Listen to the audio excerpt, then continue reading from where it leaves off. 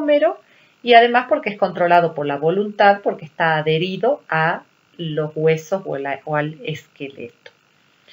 ¿La placa neuromotora qué es? Vamos a un ejemplo, antes de entrar específicamente en la placa neuromotora. ¿Qué pasa, supongamos, si yo me quemo la mano con agua caliente? ¿Qué piensan ustedes que va a pasar? Me estoy preparando mate, se me cae el agua del termo en la mano y me quemo. ¿Qué creen ustedes que va a pasar? Saco la mano, ¿verdad? Bueno, para sacar la mano hubo todo un proceso. Primero, el tacto, es decir, las células sensoriales de la piel, captaron que me estoy quemando. Esa información fue trasladándose de neurona a neurona, que son las células del sistema nervioso, hasta llegar al cerebro. Esas neuronas que van llevando la información al cerebro, ya lo vamos a estudiar cuando veamos sistema nervioso, se llaman neuronas sensitivas, porque precisamente son las que captan las sensaciones. En este caso, la sensación de que uno se está quemando. Entonces va y le avisa al cerebro de que me estoy quemando. El cerebro tiene otras neuronas que se llaman neuronas de integración, que procesan la información de que me estoy quemando y mandan una respuesta a esa información. ¿Y cuál va a ser la respuesta? Que saque la mano. Entonces, esa respuesta va a bajar de neurona a neurona, desde el cerebro hasta la mano, específicamente hasta el músculo o los músculos del antebrazo y la mano, para que yo retire esa mano del lugar donde me estoy quemando. Entonces baja la información, hay que sacar la mano, hay que sacar la mano, hay que sacar la mano, y cuando llega al músculo, la última neurona con el músculo conforman lo que se llama la placa neuromotora. Entonces cuando les pregunten qué es la placa neuromotora, es precisamente la relación que hay entre el axón, que es la parte de la neurona, final de la neurona, entre el axón de una neurona motora, porque es precisamente la que trae la información de que saque la mano, es entonces la parte final de una neurona motora con el músculo esquelético o somático. Esa es una placa neuromotora. Es la unidad que conforma el axón de una neurona motora con el músculo esquelético, ¿sí? Lo que vemos acá precisamente es una médula espinal, esto está dentro de la columna vertebral y vemos los nervios que van a llegar hasta la musculatura, por ejemplo la musculatura de la mano, indicando que tengo que retirar la mano de ese lugar. Un mismo músculo recibe varias fibras nerviosas motoras.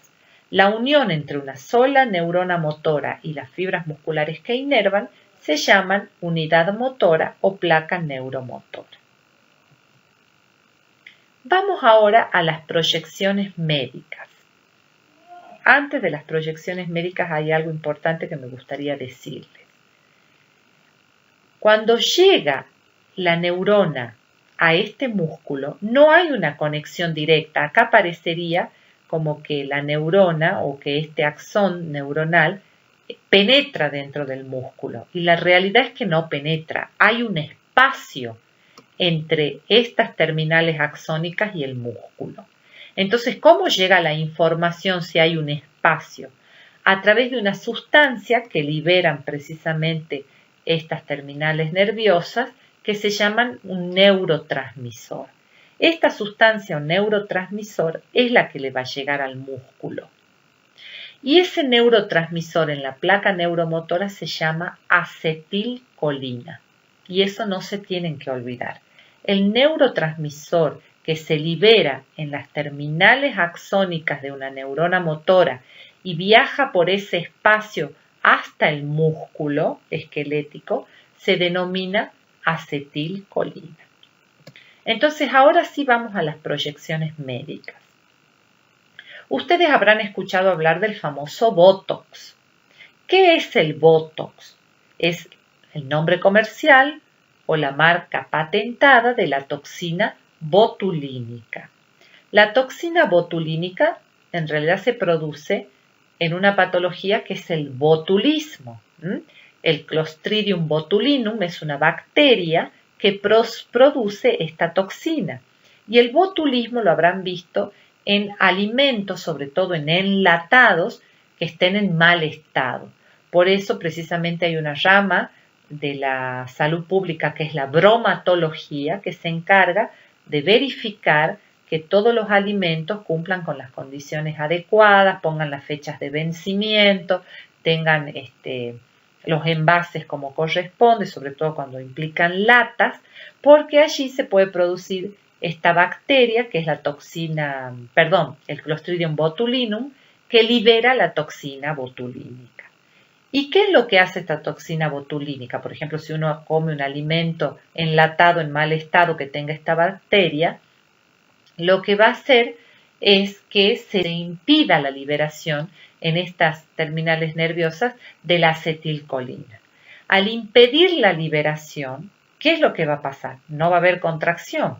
Si no me llega la acetilcolina con el mensaje, no va a haber contracción. Entonces, a lo que va a ocurrir es una parálisis de los músculos esqueléticos.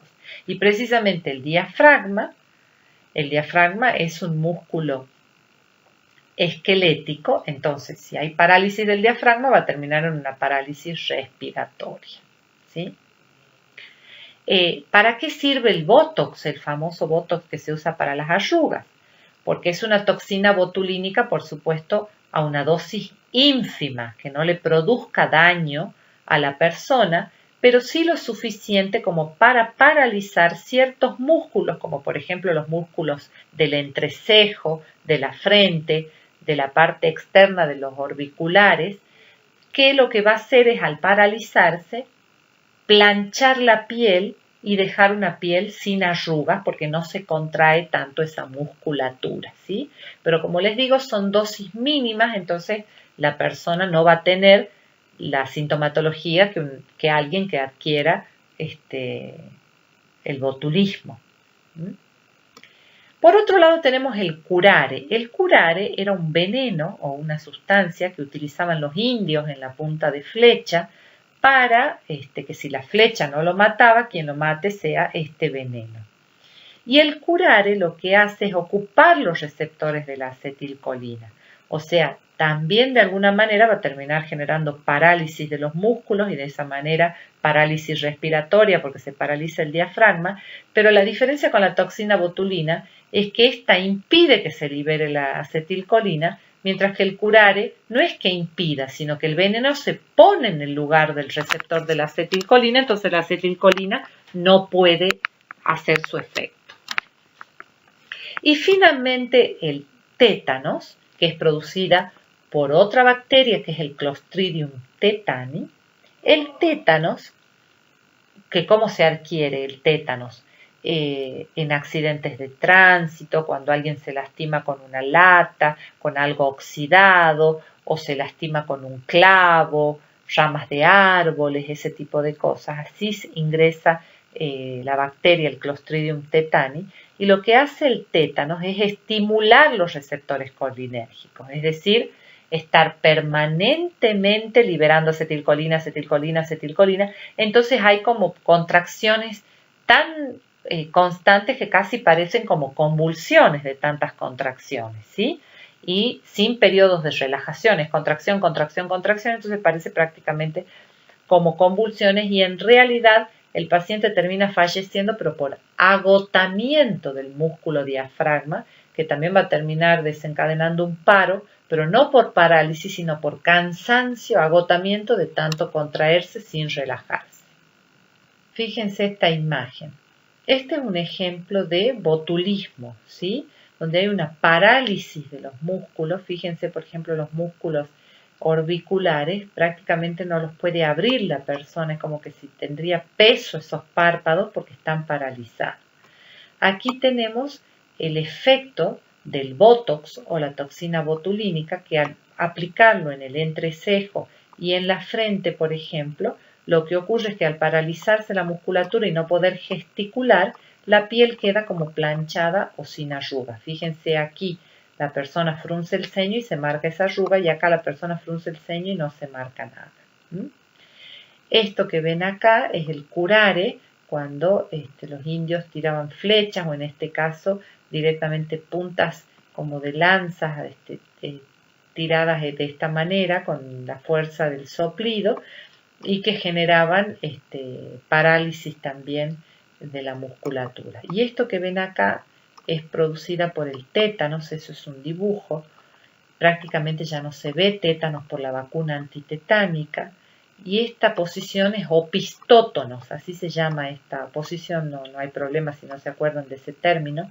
El opistótonos es que la contracción es tal que la persona tiene esa forma como si fuese de curva, donde apoya la cabeza y los pies por la contracción extrema de su musculatura. Después vemos fenómenos musculares. ¿Qué es lo que están viendo en esta imagen, chicos?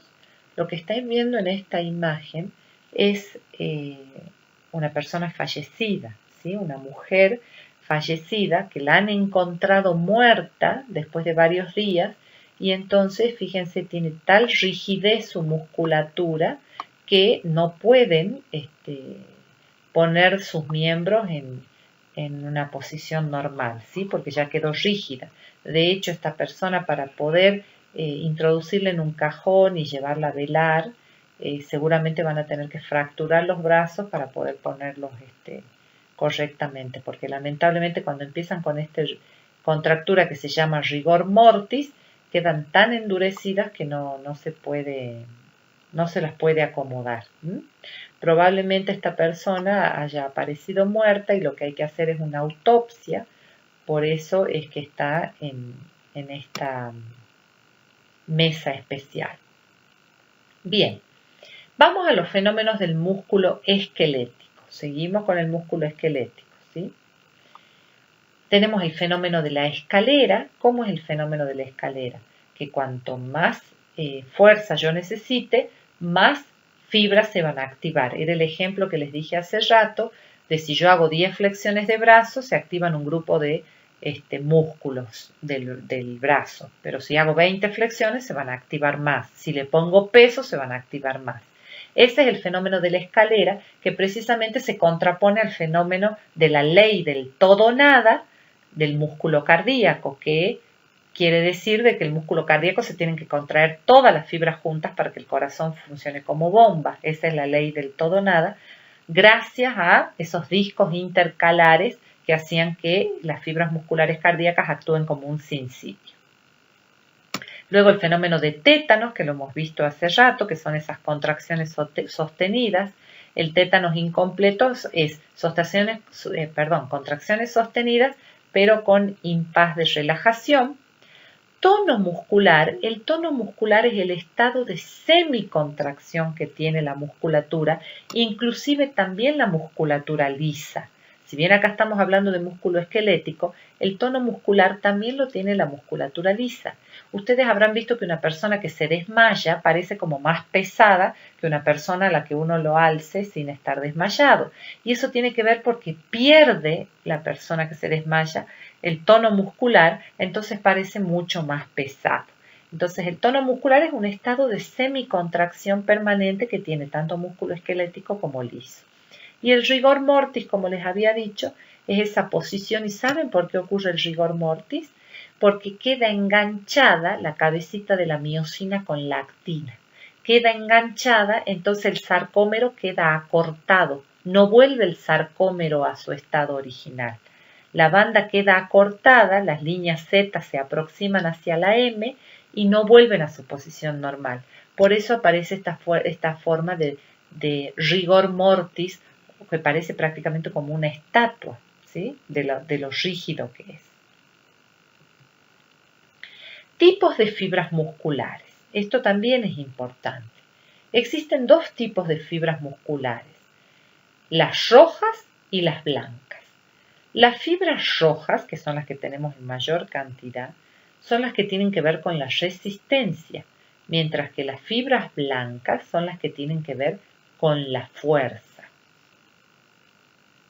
Fíjense ustedes cómo la